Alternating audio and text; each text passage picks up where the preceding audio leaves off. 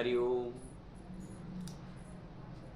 गीता मेरे लिए हम लोग अध्याय 1 का अनुभव कर रहे हैं। अनुभव से तात्पर्य अध्ययन के पश्चात की जो स्थिति है, मात्र अध्ययन नहीं, अनुभव और अनुकरण। अधिकांशतः मैंने ऐसा देखा है कि लोग जो पहला अध्याय है उसको लांघ जाते हैं। तात्पर्य यह है कि वो उनका ये विचारधारा रहती है उनकी कि पहले अध्याय में ऐसा कुछ नहीं है खास, क्योंकि भगवान की वाणी, भगवान का जो ज्ञान है मुख्यतः वो दूसरे अध्याय से आरंभ हुआ है। पहले अध्याय में खाली युद्ध का वर्णन है, इसलिए उनको कुछ बहुत अधिक मिलता नहीं है। लेकिन मुझे तो ऐसा लगता है कि पहला अध्याय ही हमारे ज्ञान की पृष्ठभूमि बनाता है, क्योंकि जब तक हम किसी की मानसिकता को नहीं समझेंगे उसके चरित्र को भी नहीं समझ पाएंगे। अब चूंकि हमें उन चरित्रों को समझना है जिनके कारण महाभारत का युद्ध हुआ,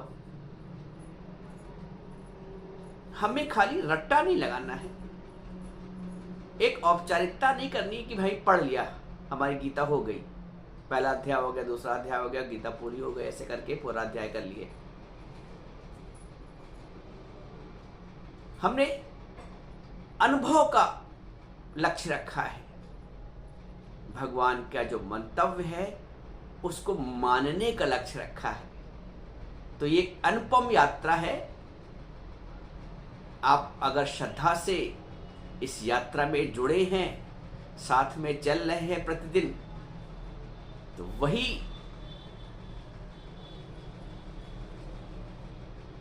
लक्ष्य, वही गंतव्य प्राप्त होगा जो अर्जुन को 18वें अध्याय के अंत में प्राप्त हुआ है। वही आत्म स्थित पक्की होगी। इसलिए श्रद्धा के साथ आगे बढ़ते रहे। श्रद्धावालम लभते ज्ञानम तत्परः संयतेन्द्रियः। जो श्रद्धावान है उसको ज्ञान लगता है। मात्र औपचारिकता के लिए सत्संग न सुनना, गीता ना सुनना, जीवन बनाने के लिए इस जीवन के ज्ञान को सुनना, युद्ध में विजय प्राप्त करने के लिए हर पल हर क्षण मनुष्य एक तरह से युद्ध ही कर रहा है। ये संपूर्ण जीवन, ये संसार युद्ध भूमि है। धर्म क्षेत्रे कुरुक्षेत्र संवेतायुस्वा, ये धर्म क्षेत्र है। भले ही इसका नाम कुरुक्षेत्र रखा हो, लेकिन है ये धर्म क्षेत्र। जब जीवन में गुरु अंग संग हो जाता है तो धर्म क्षेत्र हो जाता है। जब प्रभु अंग संग हो जाता है तो वो धर्म क्षेत्र हो जाता है। तो हम, एक व्यक्ति हर पल एक युद्ध लड़ रहा है, अपने विषयों से, अपने विकारों से, विषय रसों से, अपनी आदतों से, अपने स्वभाव से। कभी वो जीत को प्राप्त होता है, कभी हार को। हार को तो वो हर व्यक्ति हार को प्राप्त करता है जिसने ज्ञान का संग नहीं किया है, जिसने सत्संग का संग नहीं किया है, जिसने गुरु का संग नहीं किया है। और साधक है जो कभी हारता भी है, कभी जीतता भी। कभी क्रोध पे नियंत्रण हो गया, कभी मोह पे नियंत्रण हो गया, कभी लोभ पे नियंत्रण हो गया, कभी वासना पे नियंत्रण हो गया, और कभी पराजय का भी सामना करना पड़ा। तो एक साधक की मनोवृत्ति है। लेकिन साधक से जो ऊपर की स्थिति आ गई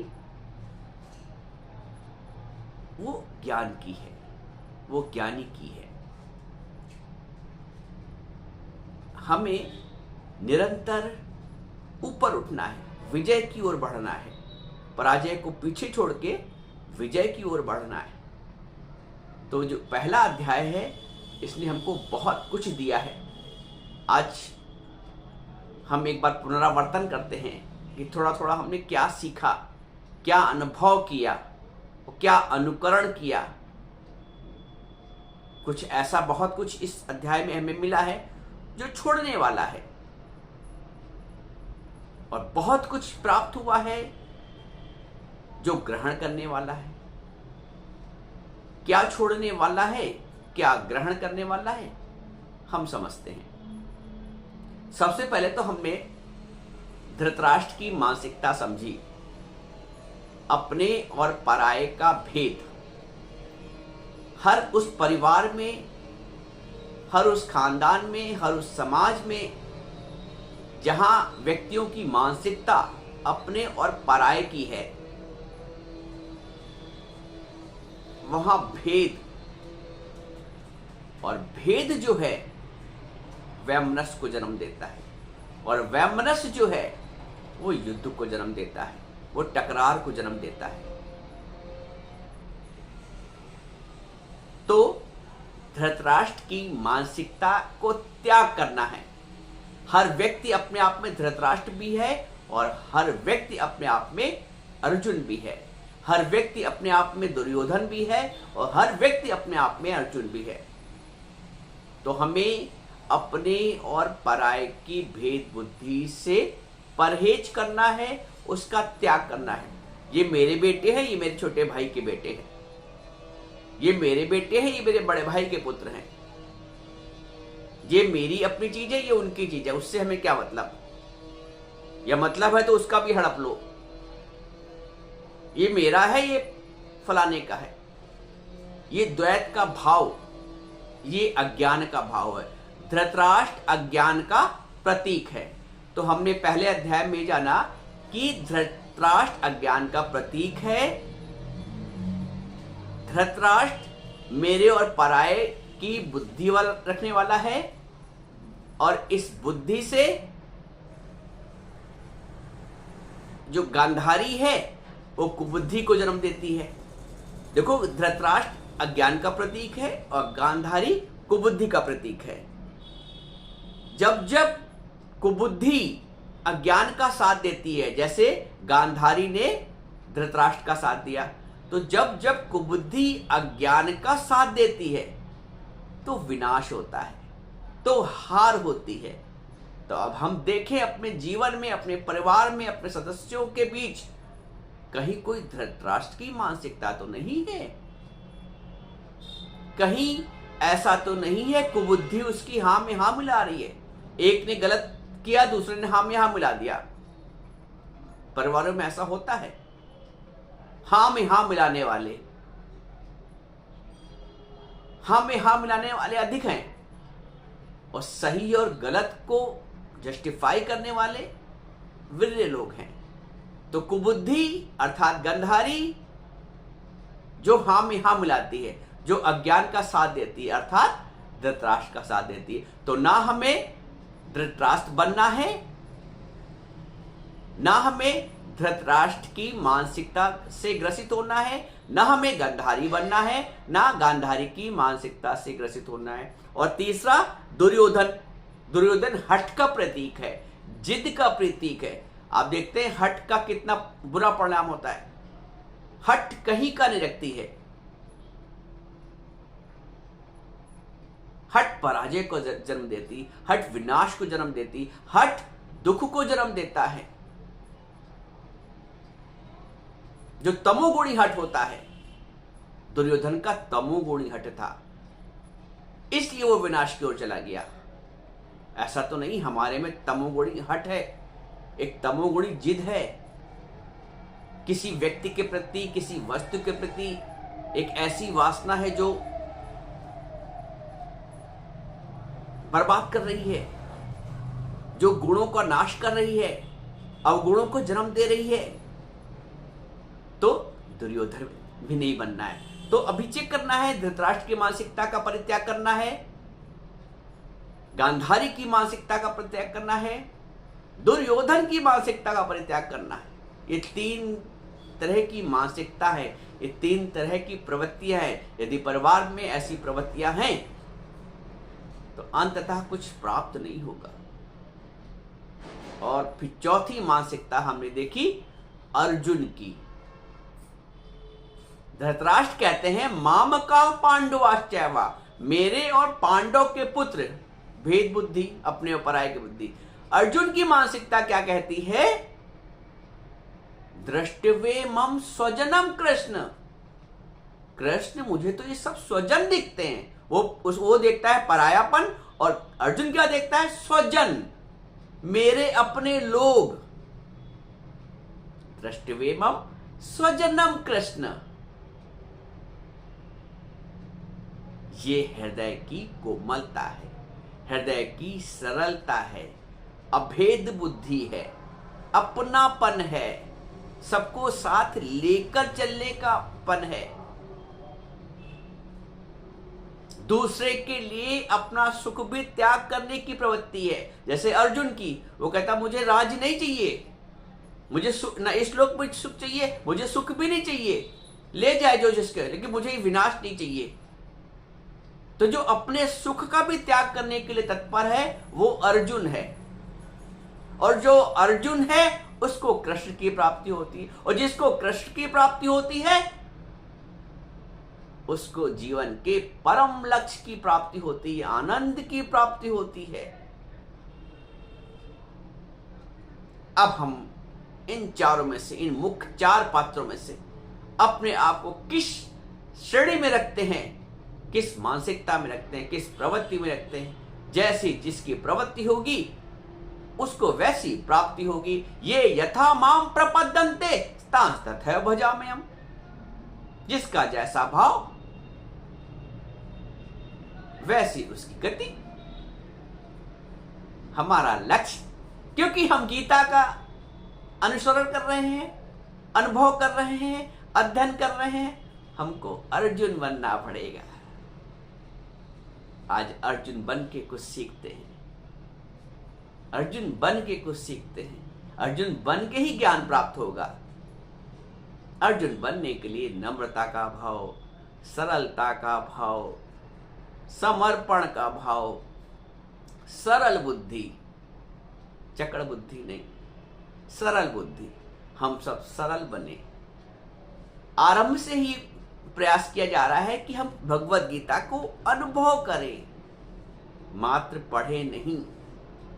पढ़ा शायद बहुत होगा, इस ढंग से गीता को समझे, गीता को अपना बनाकर उसको समझे। ये एक नया प्रयास है और हम सब इस प्रयास में, इस यात्रा में शामिल हो। अपने अनुभव बताएं गुरु को, अपना अनुभव लिखें कि हाँ, एक सुखद अनुभव की प्राप्ति हो रही है। भगवत गीता के इस ज्ञान चर्चा में जुड़कर, इस सत्संग की यात्रा में जुड़कर, इस ज्ञान की यात्रा में जुड़कर हमें एक विचित्र अनुभव की प्राप्ति हो रही है। मुझे लगता है कि गीता मेरे लिए है, मुझे लगता है कि भगवान की वाणी मेरे लिए है।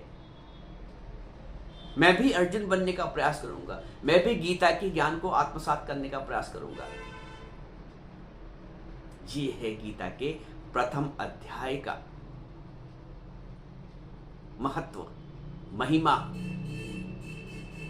ज्ञान को आत्मसात करने का आधार। गीता का प्रथम अध्याय बहुत महत्वपूर्ण अध्याय है। गीता के प्रथम अध्याय को कहते हैं अर्जुन विषाद योग के नाम से जानते हैं। देखो, विषाद दोनों को हुआ, अर्जुन को भी हुआ और दुर्योधन को भी हुआ। बात समझिएगा, बहुत बढ़िया सी सूक्ष्म बात है। विषाद अर्जुन को भी हुआ, विषाद दुर्योधन को भी हुआ, क्योंकि दुर्योधन गुरु उन्मुख नहीं था, प्रभु उन्मुख नहीं था, इसलिए उसके विषाद ने उसका विनाश कर दिया। क्योंकि अर्जुन प्रभु उन्मुख था, उसके विषाद ने उसका योग कर दिया परमात्मा से। एक के दुख ने अनंत सुख को प्राप्त कर लिया और एक के दुख ने उसका दमन कर दिया। दुर्योधन के दुख ने दुर्योधन का दमन कर दिया और अर्जुन के सुख ने, अर्जुन के विषाद ने, अर्जुन के दुख ने अनंत सुख का जन्म दे दिया, अनंत सुख के राज्य में प्रवेश कर लिया, तो हमें अर्जुन बनना है।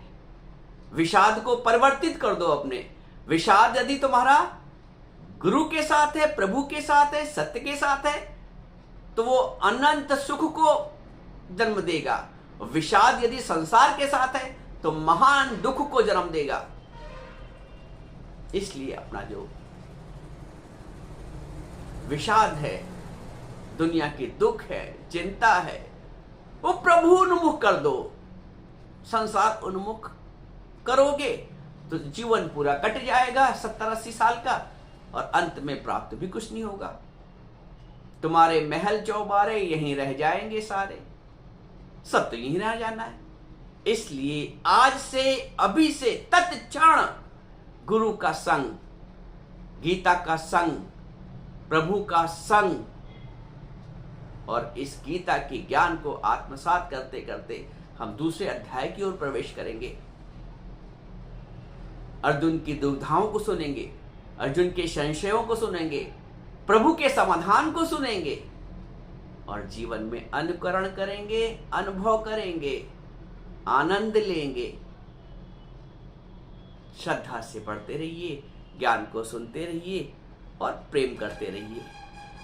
और गुरु की शरण में, कहते हैं गुरु की शरण और चरण, जिसको गुरु की शरण और चरण मिल गया उसका बेड़ा पार है। तो गुरु की शरण, गुरु की चरण पकड़े रहो। सतगुरु सबकी नैया पार लगैया, गुरु हमारे साथ है, ऐसी खुनकी हो। सबकी नैया पार लगैया, गुरु हमारे साथ है। ओम धुन लागी हरि ओम धुन लागी, ओम धुन लागी हरि ओम धुन लागी। किस्मत ने दिया जन्म, किस्मत ने जन्म दिया है। गुरु का जीवन में पदार्पण हुआ है, ज्ञान का जीवन में पदार्पण हुआ है। सबकी नैया पार लगैया, गुनगुनाओ, डूब जाओ इस भाव में, गुरु हमारे साथ है।